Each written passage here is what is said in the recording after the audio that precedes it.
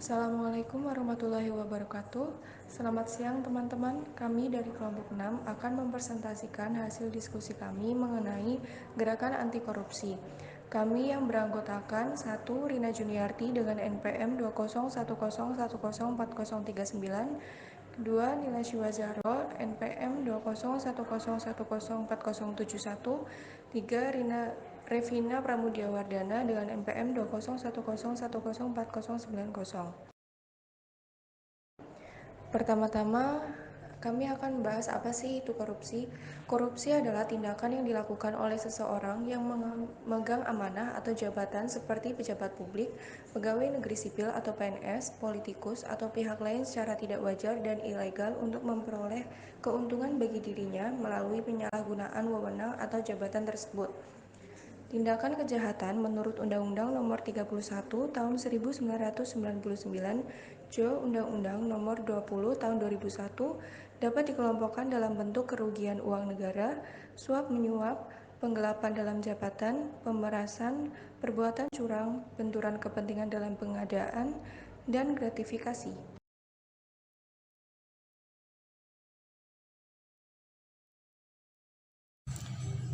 Yang selanjutnya yaitu pemicu korupsi. Menurut Alatas tahun 1986, pemicu korupsi antara lain adalah sebagai berikut. 1. Ketiadaan atau lemahnya kepemimpinan dalam posisi-posisi kunci yang mampu memberikan inspirasi dan tingkah laku beradab yang mampu mengalahkan praktik korupsi. 2. Lemahnya ajaran agama dan etika di sekolah, keluarga, dan masyarakat. 3. Ideologi kolonialisme. 4. Rendahnya tingkat pendidikan. 5. Kemiskinan. 6. Ketiadaan tindakan hukum yang tegas atau keras. 7. Kelangkaan atau ketiadaan lingkungan yang kuat untuk menangkal perilaku korupsi. 8. Struktur birokrasi pemerintahan. 9. Perubahan radikal dalam nilai-nilai masyarakat. Dan yang ke-10, perubahan sosial masyarakat.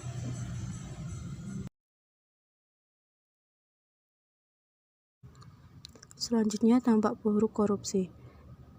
Dalam demokrasi, korupsi menghambat pelaksanaan tata pemerintahan yang baik serta menghancurkan akuntabilitas dan keterwakilan pengelola negara dalam menjalankan kegiatannya.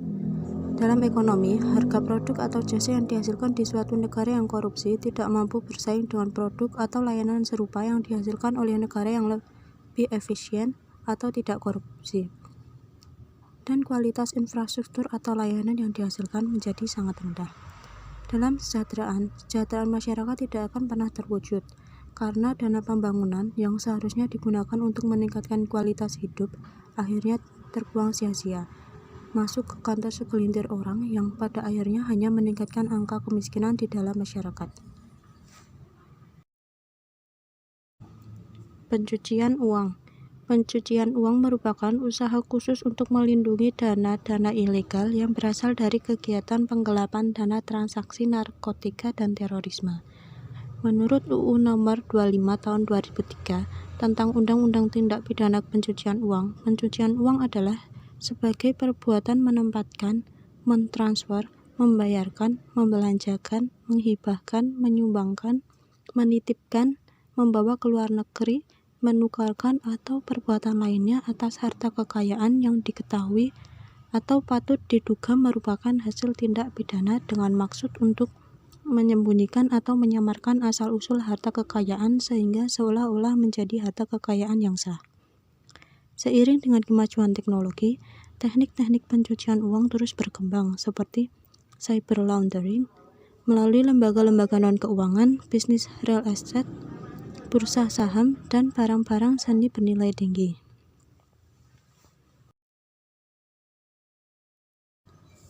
Selanjutnya, dampak pencucian uang.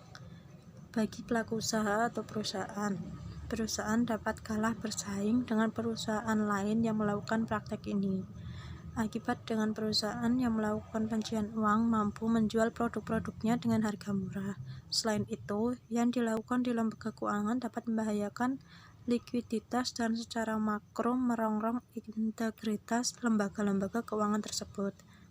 Kemudian bagi pemerintah, yaitu praktik pencucian uang menimbulkan distorsi dan ketidakstabilan ekonomi karena para pelaku cenderung menanamkan uangnya bukan di negara yang mampu memberikan keuntungan tertinggi, namun di tempat lain yang aman bagi pelaku atau memiliki kemungkinan kecil bagi pelaku untuk diselidiki.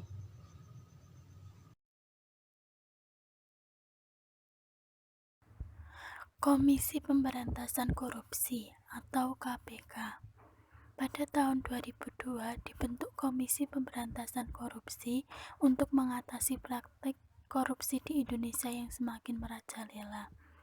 Melalui pasal 6 UU nomor 30 tahun 2002, KPK bertugas untuk 1. Berkoordinasi dengan instansi yang berwenang untuk melakukan pemberantasan tindak pidana korupsi. Yang kedua, melakukan supervisi terhadap instansi yang berwenang melakukan pemberantasan tindak pidana korupsi. Yang ketiga, melakukan penyelidikan, penyidikan, dan penuntutan terhadap tindak pidana korupsi. Yang keempat, melakukan tindakan pencegahan tindak pidana korupsi. Yang kelima, melakukan monitoring terhadap penyelenggaraan pemerintah negara.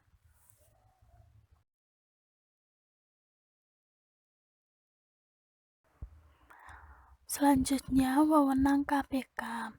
KPK mempunyai wewenang untuk mencegah tindak pidana korupsi menurut pasal 13, yaitu yang pertama, melakukan pendaftaran dan pemeriksaan atas laporan harta kekayaan penyelenggara negara. Yang kedua, menerima laporan dan menetapkan status gratifikasi. Yang ketiga, menyelenggarakan program pendidikan anti korupsi pada setiap jenjang pendidikan. Yang keempat, merancang dan mendorong pelaksanaan program sosialisasi pemberantasan tindak pidana korupsi.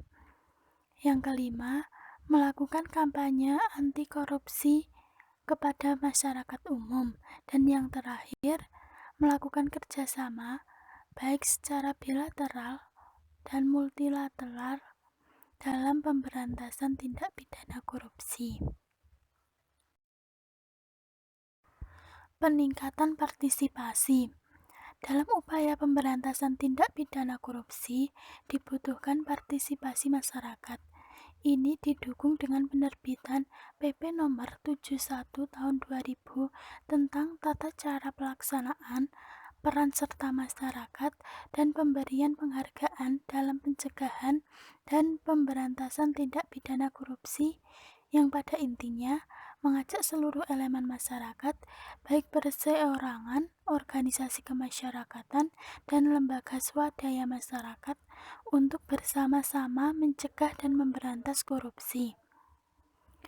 Setelah berlakunya UU Otonomi Daerah, mendorong pergeseran hubungan pemerintah pusat dengan daerah yang memunculkan peluang praktik politik uang yang dilakukan oleh kepala daerah untuk memperoleh dan mempertahankan dukungan di legislatif, pemanfaatan berbagai sumber pembiayaan oleh anggota legislatif untuk setoran kepada partai politik serta kecenderungan memperkaya diri sendiri.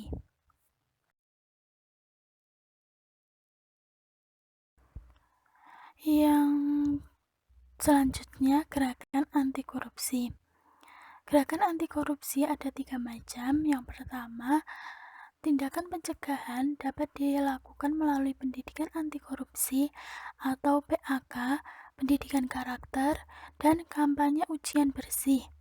Yang kedua, pembentukan opini mahasiswa dapat dimulai dengan curah gagasan atau ide untuk mencegah serta memberantas korupsi, sehingga mengangkat isu korupsi lokal nasional ke media massa. Dan yang ketiga, gerakan moral mahasiswa dapat berupa penekanan atau pressure group dan kampanye anti korupsi. Sekian presentasi dari kelompok kami. Apabila terdapat kesalahan dan kekurangan dalam penyampaian materi, kami mohon maaf. Terima kasih. Wassalamualaikum warahmatullahi wabarakatuh.